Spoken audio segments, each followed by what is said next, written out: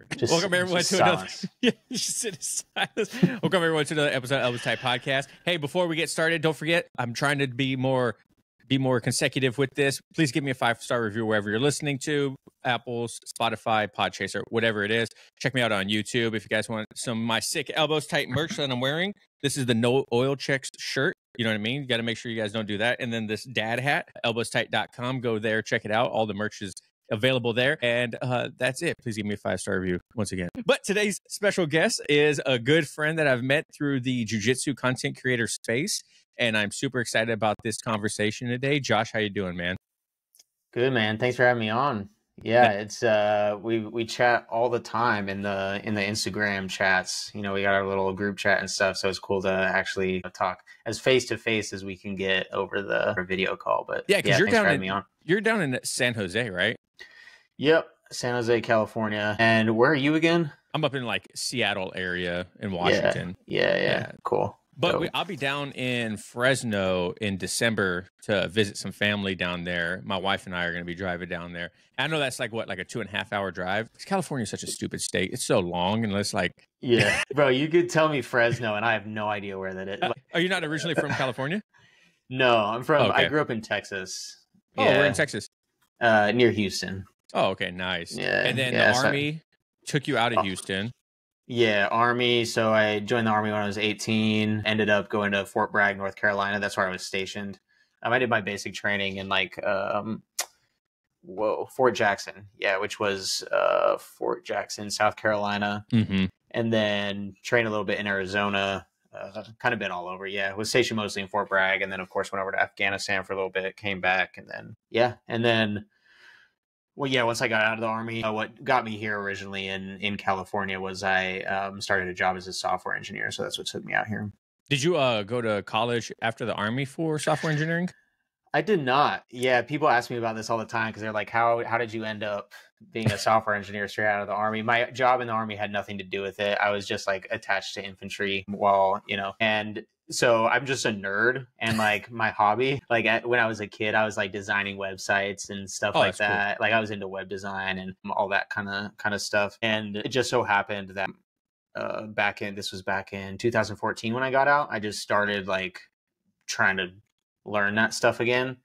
And luckily, like a startup in San Francisco would hire me. So yeah, they hired me. I've moved out here. That's how that came to be. And then basically learned everything on the job, to be an official software engineer. And that's what I am now. Well, I was up until 2 months ago. But yeah, I've been a software engineer since 2014, 15. Yeah. Yeah. I mean, I remember the most software engineering / web design I've ever done is my MySpace top 4, changing it from a top 8 to a top 4. When I learned the HTML for that, bro, I was like, this is legit. I know, dude. Yeah, it feels so good. You feel so smart. I remember those days. Like, dude, we did like the CSS layouts for MySpace pages and everything. Like, lime green, giant border, whatever. Yeah. Yeah, back in the day when you had to actually like think about what you were going to do on social media to make it look cool.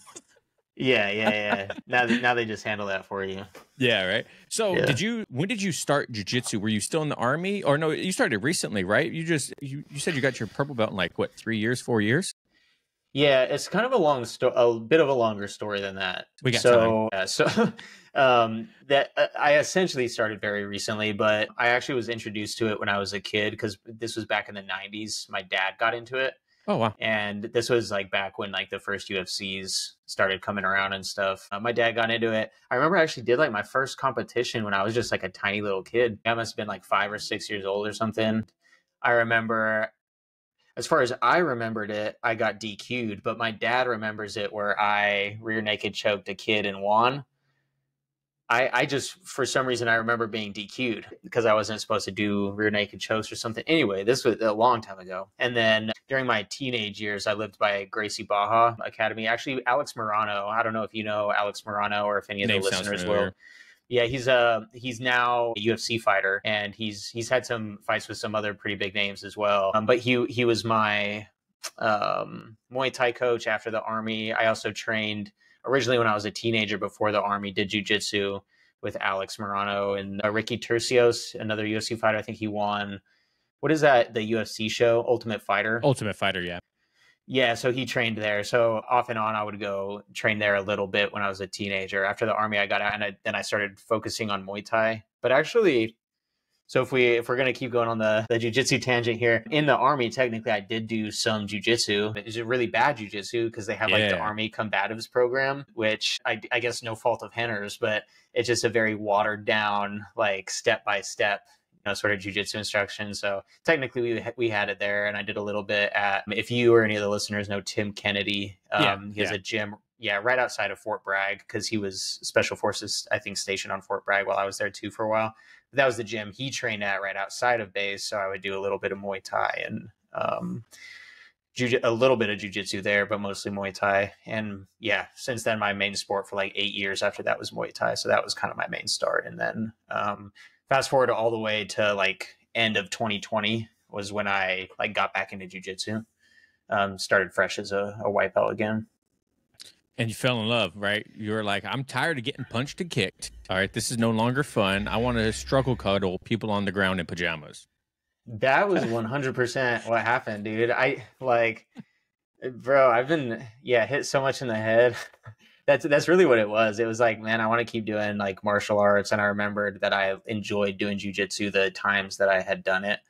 And of course, like doing Muay Thai, I would cross train with like the MMA guys and stuff like that. So I was, more or less somewhat familiar with some of the things involved in grappling. Right. And then, reignited my love for jiu-jitsu at, end of 2020. Funny story, one of my first weeks back at jiu-jitsu, this is at Coyote Academy right down the street from me. Now one of my really good friends, Matt Guffey, who you know as well. He was veteran of the show. Yeah. Oh yeah. I was a spazzy white belt, unbeknownst to me. And he took my back in one roll. This was one of the first times I met him. It might have even been the first time I rolled with him. And he just started tickling me because I guess I was a spazzy white belt. I don't think any spazzy white belt thinks they're a spazzy white belt. But I was for sure a spazzy white belt. And I guess he had to give me a little tickle in the ribs to lighten the mood. That's funny. One of my good friends, he trained with us for a little bit and then ended up switching academies when our academy kind of like split off our instructors. And we just did this big open mat a couple weeks ago. And I think I told the story in the podcast, but not everyone listens to every episode, so I'm gonna say it again. But I hadn't seen him in a while, and I was like, "Oh man, I would love to roll with you, dude." And so I was like, I literally just stepped on the mat. I wasn't even warmed yet. I just tied my belt, put a brand new gi on, and I'm like sitting there, and I think I like stretched to the left once, like a hurdler stretch. And he's like, Travis, you want to roll? I was like, yeah, sure. I'll do. Do you want to like flow roll or something to take kind of easy? I just warmed up. And my black belt was like, Travis, don't do it. You always end up getting hurt when you flow roll with someone. And I was like, yeah, I'll just see what happens. And timer starts, dude. And this guy goes 115% on me, and he's a white belt. And so I'm like, all right, I guess this is the way it's gonna go. And so I'm just sitting there like, well, I'm not warm, so I'm definitely not turning it up. I was like, I'm gonna just play defensive, move around, slow him down, and just like use that as my warm up. And I ended up doing that for the 5 minutes. And I was like just so shocked. I was like, dude, why did he go so? And I talked to my other friends afterwards, like, did you guys roll with him? And they're like, dude, he was like crazy. I thought so too. Yeah. I was like, but he probably doesn't think it. He probably just sees jiu-jitsu and is like, I'm trying to impose my will on these people. First of all, they're better than me, so I'm just trying my hardest. And exactly. And I don't think it's bad for him to be like that. I think with the right people, it's a good thing. Because like in your situation, Matt, instead of like smashing you or matching you, he just tickles you and then like de-escalates the situation instead of like two people really just trying to go hard at each other and one of them doesn't even know it. You know what I mean? Right. Have you done that to anyone?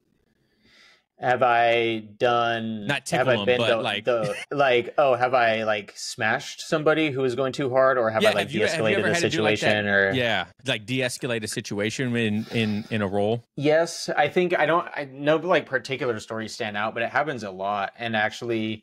It brings up a really good question to me. I think we actually had talked about this in the Instagram DMs a little bit about like, what was the specific topic? It was like, there are no actual wrong things in jiu-jitsu. Sort of, it's just like what you can deal with or not deal with. Right. It was sort of along those lines. And actually my view on this topic has kind of changed. So like I used to get Of course, there have been situations where like people have gone over the top, and usually the way that I'll handle it is actually just like try to talk to them. I just be like, hey, could we go a little bit lighter? Yeah. It's actually a funny thing because like when I changed from Muay Thai over to Jiu-Jitsu, in Muay Thai, I think because it's like striking oriented, there's a lot more communication that happens. Because if you're like hitting people really hard, it can be a lot more damaging. And so it's very common for people to be like, there's a lot of communication that happens. It's like, hey, can we take it easier? Hey, let's go lighter as we're doing this round. Whereas like I noticed that in Jiu-Jitsu, scrolling through Reddit too, especially, there's a supreme lack of communication that happens in the Jiu-Jitsu culture. So yeah, there's been the times that kind of thing has happened, you know, you handle it, you know, whatever the best you can. And I've actually been injured, like rolling two with some newer guys or whatever, guys who are just going way too hard. And so for a long time, especially because I was competing so much last year, I would impose like a weight limit. So anybody over like a certain weight, I kind of joke about it too. Like I just turn down a lot of rolls for people, you know, when people ask, and it's just like, hey man, like I'm competing, like I got a weight limit right now. I'll kind of joke about it and most people are cool about it. But actually now, so especially since I left my previous gym, Kayaterra Academy, and I'm under another gym. I compete under another gym, but they're in Atlanta, Odyssey Jiu-Jitsu, and I'm here in San Jose. So I'm running my own training. So I need all of the training partners I can get because I don't have like a single location where I train at, right? Like I don't attend classes or anything. Excuse me. So I have to see like the benefits of training with everybody. So my mind kind of changed on it. Like any person at any skill level, at any size, I will try to get whatever benefits I can out of training with them. And if it's somebody who I think is going to hurt me, of course, I just won't roll with that person, right? That was kind of a tangent, but so you had to do it. Yeah, it's interesting that you bring up the communication part during that, because I just recently had someone in my Discord message me, and he was talking about how he rolls with someone that no one likes to roll with, like, and he's not a good uke. He's a dead fish, blah blah blah blah, and to the point to where like a lot of times even their instructor is like, dude, like I don't even really want to like talk to this guy because he just doesn't receive it well, right? And no one wants to be his partner. He's a white belt, and this white belt's telling me this. And I was like, has anyone talked to him about it? He said, well, my instructor has. And I was like, okay, well, have you talked to him about it? He's like, no, I haven't. I was like, well, do it at a different angle. Like, tell them, like, communication is huge, especially because people don't know what they don't know. They don't know if they're being a bad partner. They don't know if they're being spazzy. That was one of my big issues too. It's like people aren't going to know that they're not being a good partner a lot of the time unless someone tells them. And so I told him, I was like, bro, just tell them, like, from your perspective, like, hey man, from a fellow white belt, when I am partnered with someone, this is what they look for from me, right? And a lot of the times we don't, you know, people might not want to be your partner if you're doing X, Y, and Z instead of this and that. So just tell them that, like, but try to like break it easy to them. And he's like, man, that's a great idea. I'm going to have to try it. He hasn't gotten back to me on if it worked or not yet, but it's you don't have to be afraid. Like sometimes you got to offend people in a sense, but sometimes there's easy ways to break it down to people. But having that open communication with your training partners is crucial, man. Like, because that's who's going to get you better are those people. You know what I mean? Yeah, for sure. Yeah, I think, I don't know what it is about. There's something culturally with jiu-jitsu that makes like communication, like everybody afraid of that type of communication. Maybe it's just for like fear of offending people, but I think you're totally right. It's just, you know, about how you say it. Because I think you're right. Like most of the times, like people who are doing stuff, I don't think they even know. Right. Nobody, I think most people aren't like intentionally trying to be rude, or even the smelly gi guy. Like he's not, I'm sure he's not intending. I know it's bad. That's a tough one. Bad. Yeah. Like, but most people don't know. And if you've explained it to them and they keep doing it, then at that point, like they know, and that's a different story. But yeah, I totally agree with you there.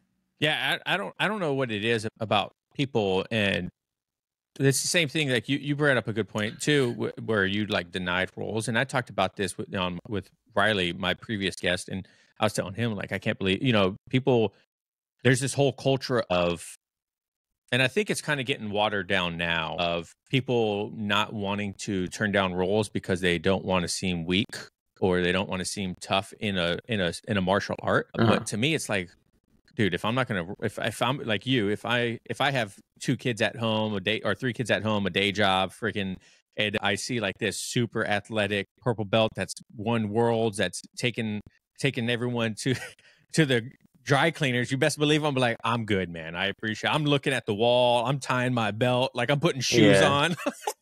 Yeah, you just start. I'm just straight leaving. Like anyone else? No, I'm going home. I'm good, man. Like that's not for me today, man. Like you can just fake going home and then change your mind and come back when that round's over. Yeah. Oh, the buzzer went off and come back in the door like, hey guys, who wants to? That's man. So how does it look for you for competition prep? Because for someone that competed so much at blue belt, 260 matches, 96 competitions. Like 70. It was 70 tournaments, like 260 something matches. That's crazy. Something like that. Yeah, countless medals. You could just like probably decorate your entire wall with the medals. Yeah. Like how is from your first real competition to winning the Asian Open this last time and getting promoted to purple? Yeah. What was the biggest difference from that first one to the second? Real quick, let's talk about the importance of salt and electrolytes for a BJJ practitioner. And that's where today's sponsor, Salt Electrolytes, come in. Save 15% off your purchase at saltelectrolytes.com with code ElbowsTight15 at checkout. Once again, that's 15% off at saltelectrolytes.com with code ElbowsTight15 at checkout. Or use the link down below. Now, Salt Electrolytes drink mix is designed for today's warriors, athletes, and those who like to get after it and regularly get sweaty. Whether you're a heavy sweater that we've all seen on Instagram that needs a wet floor sign right next to them whenever they roll, or you're like a normal human being like me who barely sweats at all. With a light, refreshing flavor, Salt is great to drink during your workout because it will not coat your mouth that thick, nasty film that some electrolytes drinks out there do. It has the perfect saltiness that's as easily to make you want to drink more, making rehydration a breeze. And Salt keeps it simple, guys. There's only 6 different electrolytes with a touch of iodine to help maintain a healthy thyroid. There's no sugars, there's no colors, and there's no BS. So go earn your salt, guys and gals. And save 15% off your checkout at saltelectrolytes.com with code ElbowsTight15 at checkout. That's saltelectrolytes.com with code ElbowsTight15 at checkout to save 15% off. Because your electrolyte drink should work just as hard as you do. Thanks, guys. Go check them out. The very first one, I distinctly remember it was more about like the intense adrenaline dump and like the stress and anxiety of competing and feeling like I was going to puke going out onto the mat and just being absolutely, completely terrified. To now, it's very different.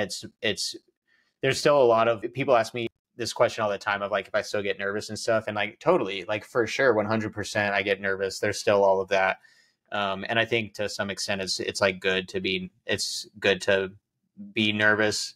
We dig into that, but I think that's a whole nother topic. But so of course I still get nervous and everything, but now the focus is a lot of the time more on like the jiu-jitsu aspect of it. And so it goes from being about this like, oh fuck, I'm gonna go, like, jiu-jitsu people don't like to use the word fight, but that's what that your body doesn't fight or flight. Yeah, it doesn't like distinguish between what's a fight and what's not. Like you can have a very similar reaction just for like public speaking, right? Your body doesn't know the difference. But from feeling like this intense, overwhelming feeling that I'm about to go like fight some person, like that's what it feels like, to now it's like still nervous and everything, but now I'm focusing on the jiu-jitsu aspect of it, which is a very different thing, and focusing on strategy and tactics. And also really the biggest thing that I learned throughout all of that is really focusing on internal factors. So like an internal focus rather than hyper fixating on the outcome, because every time I focus on the outcome, I perform worse.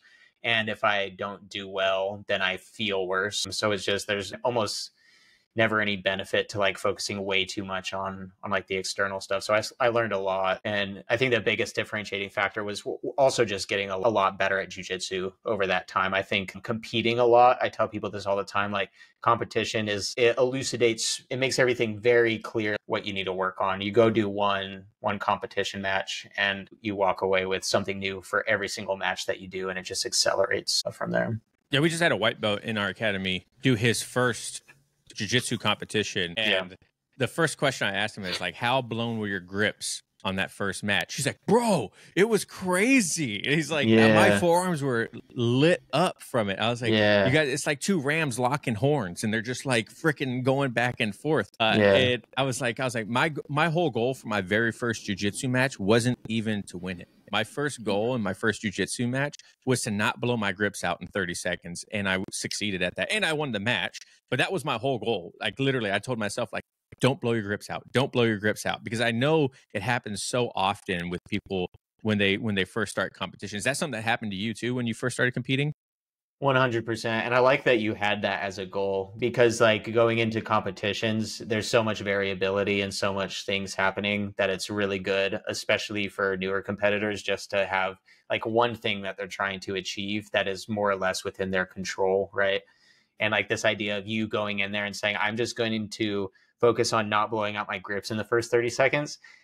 You could develop that. You go to one competition to develop that skill, and that one skill now carries over to the next competition. You don't have to think about building that skill now. Now you can think about a different skill, because competing is a completely separate skill that involves a lot of components compared to jiu-jitsu. But as far as the grip, dude, that still happens.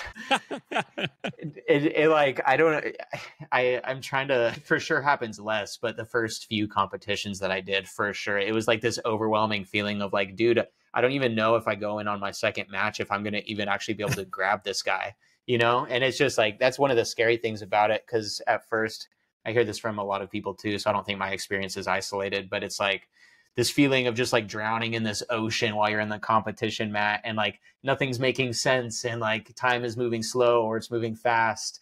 And then like in the moment you don't feel it, but you're like hanging on to everything for dear life. And then you get off the mat and your arms don't work and you're like, fuck, I still have another match. And yeah. Like, I don't know what to do with these. Yeah, the Ricky Bobby. So I think that's like super common. And then eventually, I guess if you just keep doing that enough and focus on tiny little goals as you do each competition, all of those little 1% things that you improve on every time, they compound, and suddenly you're miles away from where you started, and maybe your grips get blown out less now. And now you can do like 6 matches in a row, like Master Worlds last year. Like I never thought I would be able to do 6 matches in a tournament. I ended up getting second in the finals. The guy ankle locked me, which is hilarious because that's your go-to, like, baby. That's my thing, bro. But you go from like wanting to puke when you're about to step on the mat to actually being able to do back-to-back matches and actually be successful and learn a lot about yourself and your mind, and a lot about jiu-jitsu. And also like doing those things and having that internal focus can also help make the tournament so much more enjoyable too. Because it goes back to like why you're doing this in the first place, right? And for me, it's because like jiu-jitsu has always been like very therapeutic to me, and it's I get a lot of satisfaction out of like learning lessons really and building character from competition, more so than I do necessarily doing well in the competition. Because doing well in the competition, to me, I don't feel there's a moment like if I get first or whatever, if I get gold on the podium, there's a momentary like, oh, this feels fucking badass, like, and then that's gone. Yeah. And then, you know, the next time the tournament comes around, somebody else is going to win it. Somebody else is going to win it. Like that, those wins are very fleeting, but the lessons you learn and all that kind of stuff, that sticks with you forever. So I think that's why that's kind of the thing. I'm getting emotional thinking about this. Yeah. You're good, man. You're good. Those are the important like things to take away from it. Yeah. Why does it make you emotional? Because that was my whole life for like the last 2 years, I think. And the thing that kicked it off actually was my wife and I got divorced, and it was kind of like a low point. And I was like, I can, you know, stay here or I can go do something cool. And I was like, man, I'll just go compete. And then that whole process just like changed my entire life, changed everything for me. And it's like literally just all last year, for example, just traveling from city to city, literally every week, you know, competing as often as possible. New place, like, you know, getting into a lot of trouble in some places, making friends. Like I've been all over the world. Like it was a wild ride. And then just like getting first place in a tournament, that like getting first, you know, that's a fleeting moment. It feels like this whole last couple years of traveling and competing was also this fleeting moment. You know, it doesn't last forever. So I think, you know, it's all about like enjoying, you know, those moments that you have. And if you can do that when you go out and compete, then you're going to like have that with you for the rest of your life. If you're able to, you know, be successful in your own ways, I think, if that makes sense. Yeah, no, absolutely. I love that, man, because I think people focus too much on winning or being the best in a lot of aspects of life instead of looking at the incremental improvements that happen physiologically, psychologically, whatever it is. Like, you know, a lot of people, my interpretation of blue belt blues is unrealistic expectations of yourself that overcome your journey, right? Yeah. Like, Yeah. a lot of the times we'll get these ideas in our head that we should be better than we are. We should be doing better than we are. You know, I should be a X belt now. I should have X stripes now. So why am I even doing this anymore? Right? Instead of people enjoying the process. And I'm not saying that you shouldn't want to be good or do better or strive to be better and, you know, take everything with a grain of salt. Like, we're all humans. There's going to be ups and downs, ebbs and flows in our journeys. But you have to look at the small things that are victories when things start to get really tough.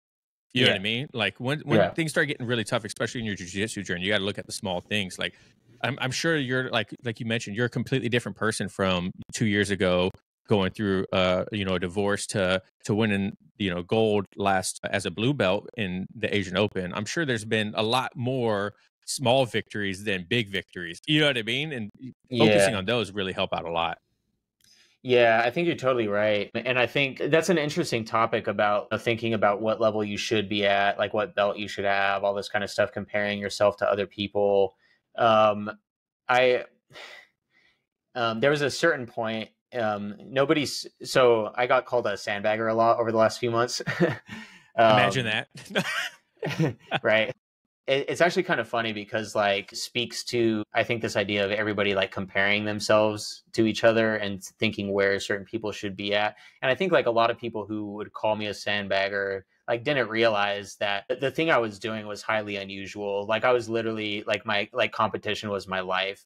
And I did the amount of competitions. Actually, I don't even know if how, you know, like, an average, you know, jiu-jitsu practitioner will do, but I did, you know, I did like 70 in like 2 years, right? Just like traveling. So like that in itself was unusual. So of course, like, I think the progress that you're going to make doing something unusual like that, the progress is also going to be unusual, right? And it just happened in a short time period. And what happens is like, nobody saw all the times I lost.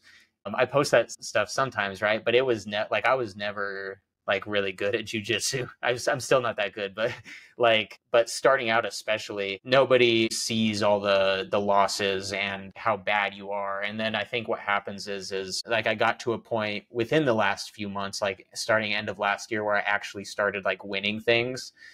And then people are looking at it and it's like, oh, this guy's a blue belt. He should, you know, if he's winning all this stuff, he should be a purple belt.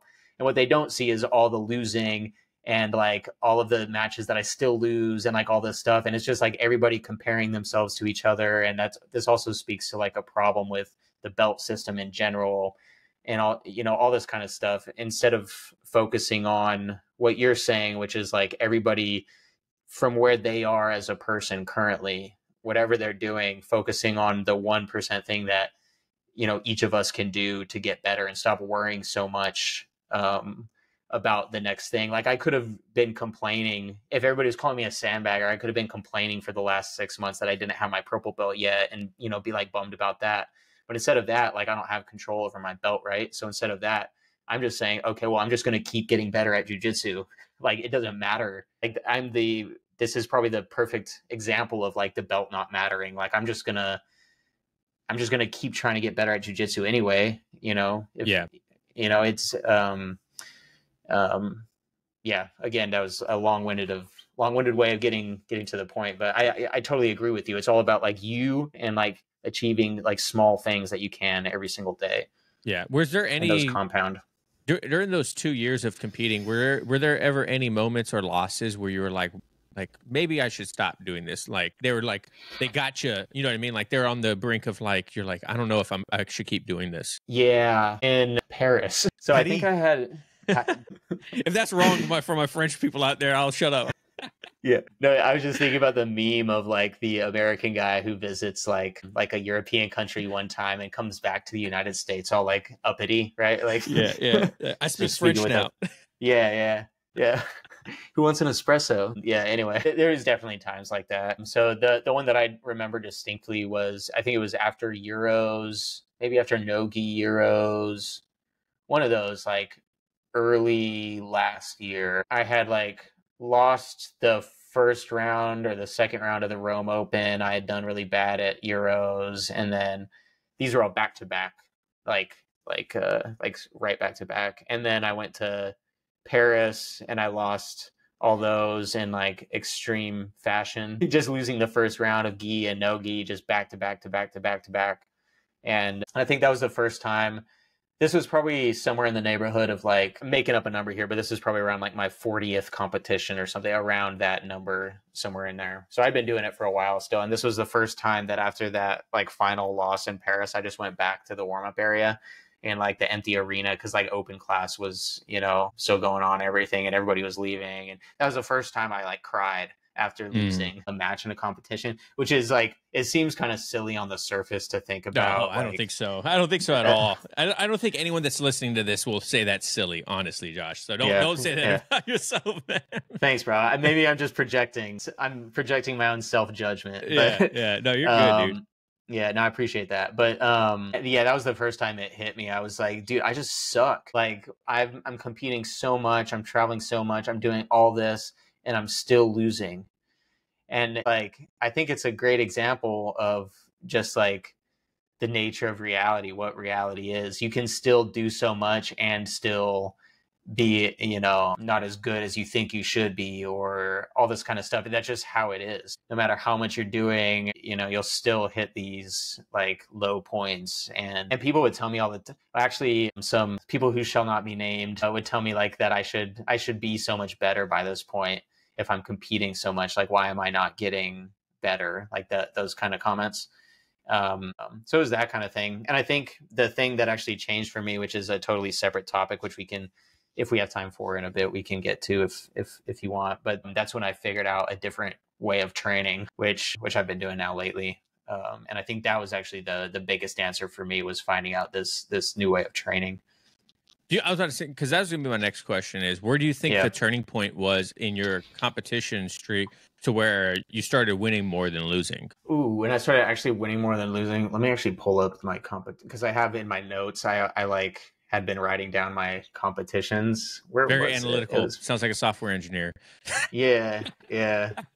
Yeah, it's just like the basic stats. It was like after every tournament, like how many did I win? How many did I lose? How many tournaments had I done? Like what submissions were there? Things like that, just so I can like look back color coordinated Excel spreadsheet. You know, it's like it's actually not that level, dude. I'm too ADHD for that. I just have like a Notion doc where I just like fucking type it in. It's all like typos and stuff. I think back in, I'm looking at it here, it started to pick up probably middle of last year. So it took like, I think my first big win was getting silver at Master Worlds last year, which was in September. Yeah. And that was like my first time where I was like, whoa, finally, like I got to the podium at Master Worlds. I was like, what? And that was after like going through like 6 matches. It was definitely the first time where I felt, I was like, oh, I've actually started to build some skills and like do better. Because like just a year prior in the Master Worlds, right before that, I had like no chance of getting to the podium. I had won like 2 matches, I think, like the year prior. But it was really that Master Worlds, which was which competition number was that? That was competition number. Look at me, nerd, pulling up my stats over here. I like it, man. That was competition number 53. Was Master Worlds last year. It took 53 competitions. Yeah, I had won like, you know, some of these like master international competitions in Europe and stuff, but around that time period, it's like you're still losing every once in a while, and then you start to hit the podium, like even 3rd place or 2nd place, a little bit more, and it just sort of, you inch your way up, and then eventually, and then I went to the like Asian Open, was sort of like the pinnacle. I got through like the 4 matches. And that was actually the first time that was my 69th competition, was the Asian Open. I did one more after that in Birmingham, Alabama, where I got promoted. And the Asian Open, 69 tournaments later, was the first time where I didn't feel like a blue belt anymore. It took that many tournaments, that long of a period to be like, okay, now I actually feel like I can beat these guys. because I didn't feel like that at all up until that point. Regardless of, you know, if people call you a sandbag or whatever, like internally, I'm like, I still know plenty of people at my level at the time who could beat me. And then finally the Asian Open, I was like, okay, I have the confidence that I can do this, right? So I think the timing was right. What do you think is better? This might be a difficult question to ask or answer, but what do you think is better for people that want to compete regularly like you? Do you think them losing a lot at the beginning and then seeing the progression to be better? Or do you think it's better for them to just be good at the beginning and then they just build the confidence over them, but when they lose, it takes a little bit more from them, if that makes sense, right? Because if you're, in my eyes, if you're used to losing from the get-go, when you start doing good, you appreciate that more than always being good, and those losses hurt a little bit more. Does that make sense? I see what you're saying. It's like if you come in there, I've actually seen this happen with white belts. One person in particular who was like winning all the white belt competitions and then got to blue belt and then started losing and got like discouraged. That's a prime example. Yeah, exactly. Yeah, it's a real thing. That's so real. It's because I think both are fine, but it's just an issue if you like go into it expecting that you should always continue winning just because you started off good. It's just a matter of unrealistic expectations. I tell people all the time, like, because a lot of people are really, the sense I get from a lot of people who I talk to, I don't want to generalize everybody, but the sense I get is that they just don't want to compete because they want to spend more time training so that they can guarantee a less chance of losing. And I'm like, it doesn't matter. Like, just go in there and just get through the competition and lose a lot. It's fine. Like, literally nobody gives a shit. Nobody gives a shit. Yeah. You give a shit. Nobody else cares. Yeah. And I actually I made a video about this too, but it's like nobody cares, and that should be a good thing because that means you can do whatever you want. Yeah. Go and lose all you want, whatever. Nobody cares. Nobody's gonna remember. Yeah. And it's like, I think that's a good thing. And I think just from the standpoint of like when I started like winning more and more competitions, I was like, oh, this is cool because I was losing a lot. Like I didn't have any Right. I didn't have any expectations. I was just like, I'm just doing this because it's cool. Yeah. Like I just and like you start doing good. this. You're like, holy crap, I can do this. Like this doesn't Yeah. have to be me getting smashed all the time. Yeah, because I never thought of myself like even as I was growing up as a teenager and stuff. Like I was always kind of like not overweight, but just like a little bit unathletic, a little bit tubby, a little bit like, but I was never an athlete, you know. The other people were athletes. There was like the football players and I was never like really like an outgoing or confident person. It was kind of this classic story of like, I was really short all my life too. So I was used to be calling, I'm like 5'8" now, which is 6 like, foot on Tinder. I'm 6 foot on Tinder. But I was always like never like an athletic person. And then going into the jiu-jitsu thing, I never would even like think of even when I started competing, I never thought of myself as an athlete. And then it's like that meme. What's that meme lately? I can't even remember what movie it's from, but it's like a superhero movie where like he's like unsure and like people start applauding and he walks out and he's like smiling like, oh, Homelander is that Homelander? Yeah, okay, from The Boys. Yeah. Yeah, it's almost like that feeling. It's like not in a way where like other people are congratulating me, but me like realizing like, oh shit, I'm like, I can actually do this. Like I can be an athlete. Like you can, you know, transform yourself into like a new person. And, you know, going in there with no expectations was probably good because I didn't really care about winning. I cared more about competing than winning, if that makes sense. No, absolutely. What surprises you the most till this day when you compete? Like at the competition itself, or yeah, just in general. Like, what is the biggest, like when on competition day leading up to it? Like, what surprises you the most still when you're like, gosh, I can never really get used to that, or like you're like, there it goes again. Interesting. I'm thinking through the process of walking into a competition right now.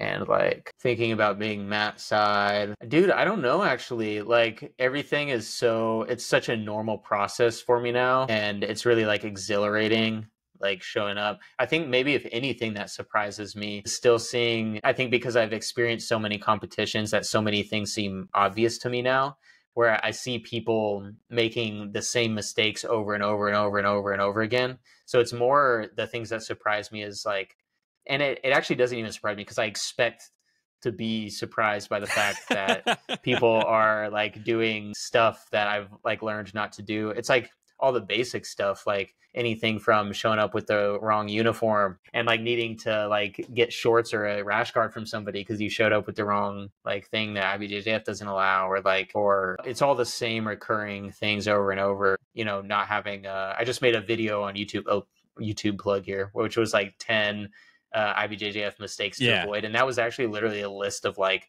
the most common issues that I see like over and over and over again.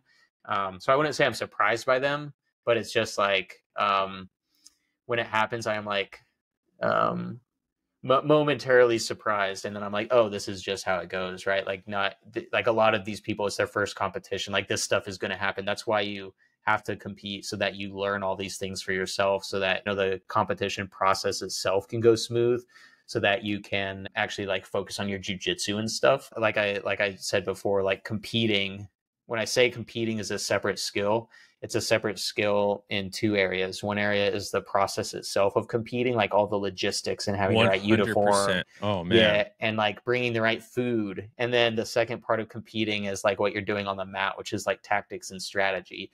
Like those are all very different skills than just going to your gym and rolling and, beating up another blue belt and thinking you're good, right? You might be good in the gym, but like competition is it's a separate realm, I think. I've mentioned that quite a few times too, because I've only competed once, like probably everyone at home knows, because I've talked about it.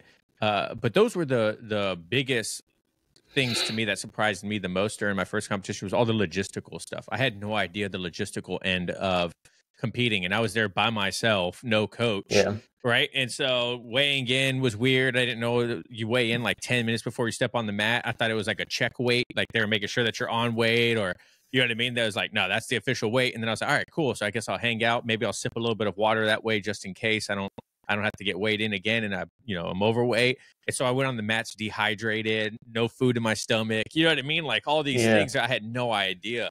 And I always heard before I competed that, competition's just jiu-jitsu. You're just doing jiu-jitsu. And after that competition, like, no, the hell you're not, bro. It's like not even the same realm of just doing jiu-jitsu in my eyes. Like, yeah, you're doing the same techniques, but it is absolutely nowhere close to being the same, man. Yeah.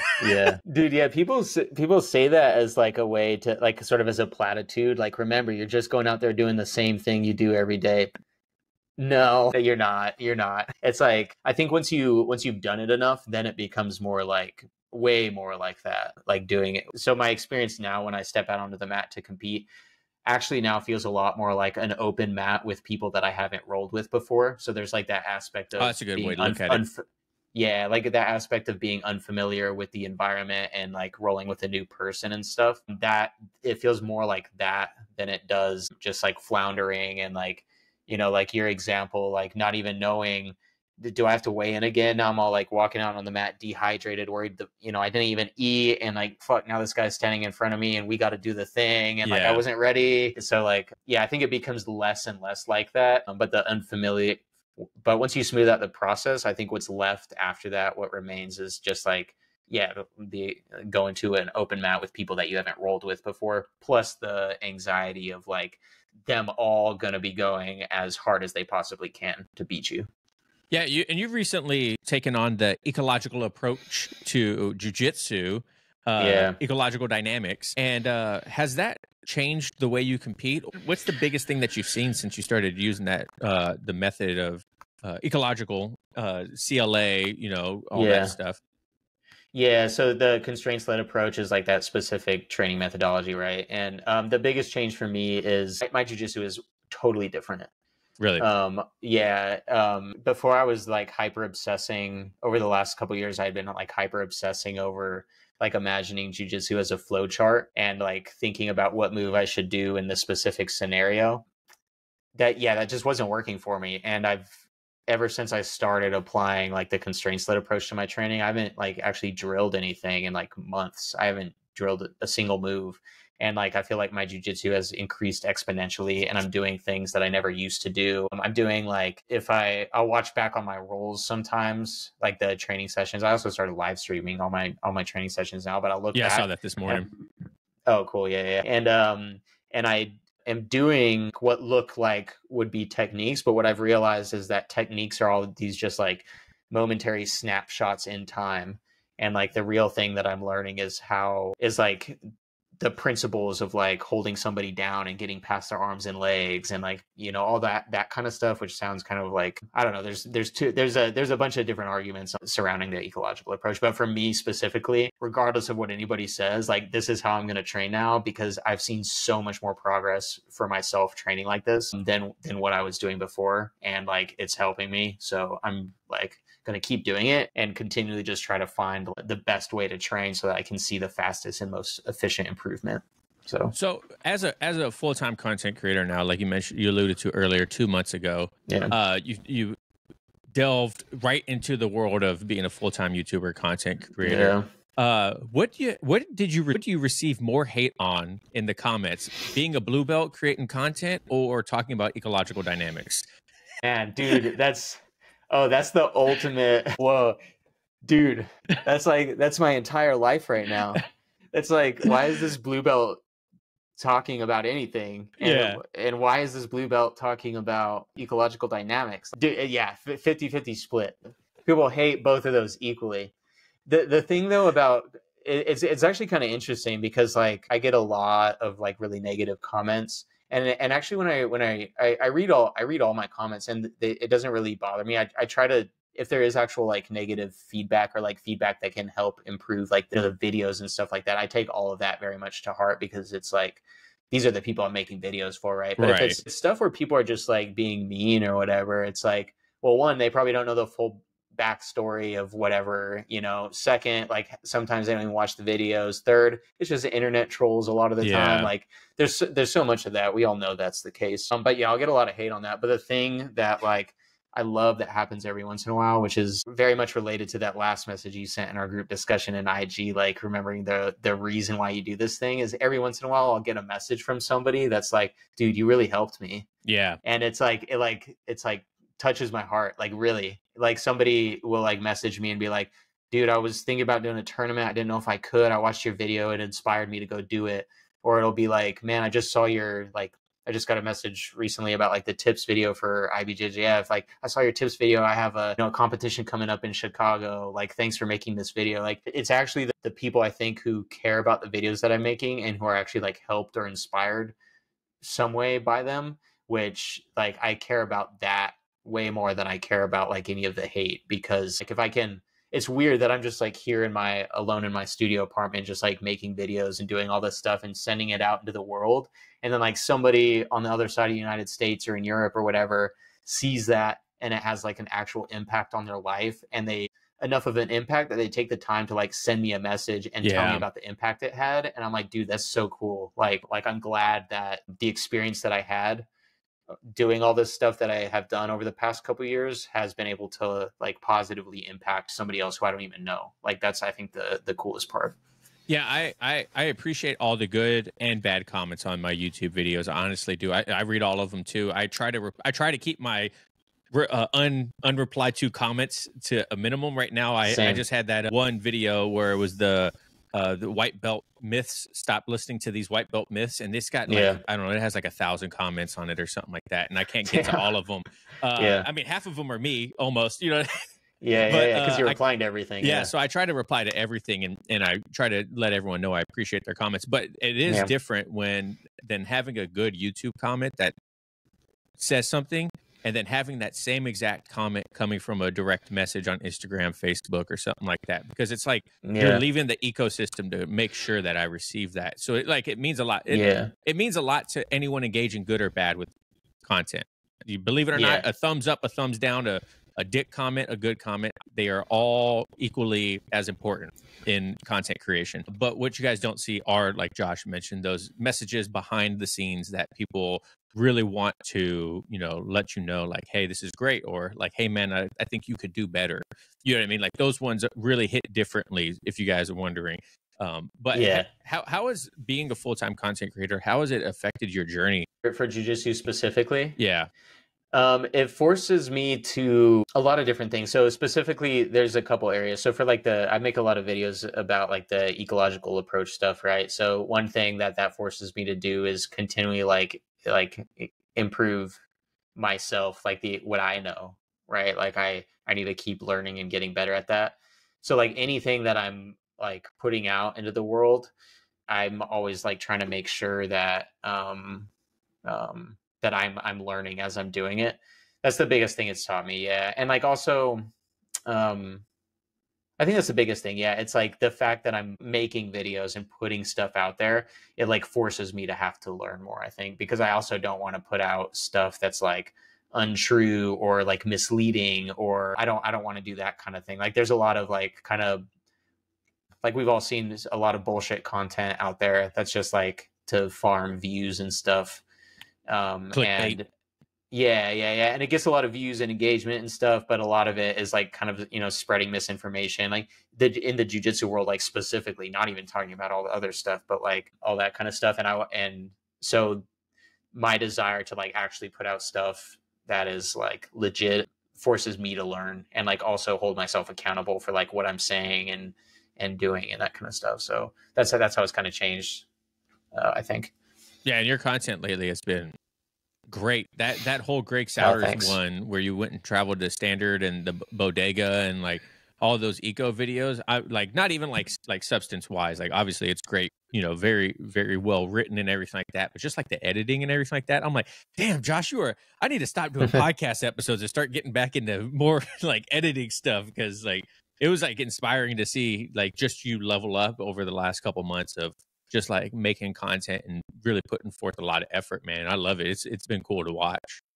Thanks, man. I appreciate that a lot. I like on those videos specifically, like the number of editing hours that I poured into those. It was a lot of editing hours. So like I appreciate when like somebody notices that because it takes a lot of effort. It's just me doing this, like traveling and filming and editing and all that kind of stuff. So I really appreciate like you pointing out like something very specific like that. Yeah, no, you messaged me when you watched my Kabir Bath interview and how I did. Yeah. My whole idea was to do intros like I did with his for every podcast, but I have such limited time with editing and everything like that, and I'm like, I can't do that because that intro took me like 2 or 3 hours to make, a minute and a half intro. You know what I mean? So it was like I was like, I can't do this for every single one of them. It's too impractical. But if I was a full-time content creator, that's the way the intro of that Kabir Bath one would be for all of them. Well written, graphics, engaging. So it's cool to see. It's a grind for sure. Yeah. And as you do it more, you get better at it. Yeah. But you have to like sink in. There's that initial time cost. Like you're saying, at first, it's going to take a long time to do that. And like eventually, after a while, you can do it in a shorter amount of time. Just like in jiu-jitsu, right? At first, it's very difficult and then it gets easier, certain areas and stuff. But I totally get what you're saying. It's a grind to edit that. Yeah. Like a minute of editing. Like good editing takes hours. Yeah, I used to tell people, they're like, how long does it take you to edit all your videos? I'm like, it's usually an hour per minute, hour and a half per minute of video is what it averages out to be, depending on how much editing it is. Like with this is an hour conversation. It'll take me, hour and a half, 2 hours to edit, get everything ready, and then upload it to the internet. But like an actual like YouTube video, like that shit takes a minute. Yeah. I think that's about right because I'll do like an Instagram reel, and if it's one where I'll like actually be paying attention a lot to the editing and story of the reel, like that's a 90-second video. That'll take me 3 hours from start to finish. Yeah, and that's assuming I already had all the footage filmed.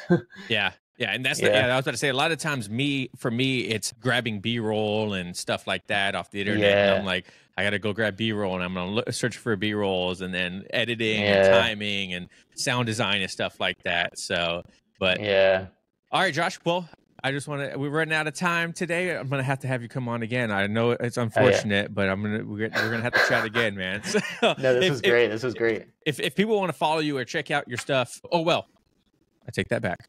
Before I say that, if you could give one piece of advice to a brand new white belt, what would it be? I would say, a brand new white belt. Be safe, but don't be afraid to make mistakes and be creative and like trust your gut when something is working for you. Like I just be creative and explore and just try not to hurt other people, but make all the mistakes, do all the stupid things, try things out. That's I think advice I would give. Yeah, completely underrated too. We could talk about that in the future episode, but I think there's a lot to unpack there that a lot of people don't want to talk about. So, but hey, if people want to follow you, where can they find you and your beautiful content at?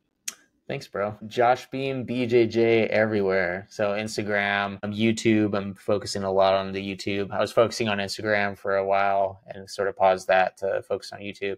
Also on TikTok, but it's the same thing as Instagram. But people can follow me pretty much anywhere. Josh Beam, BJJ. Cool. Well, I appreciate it, man. Making sure you guys go check out Josh's content. Josh Beam, BJJ everywhere. Great guy, as you guys can tell. If you're still listening here, let me know down in the comments below if you made it this far. And then also let me know what your favorite competition memory is. So, all right, guys, I'll catch you later. Peace. All right, peace. And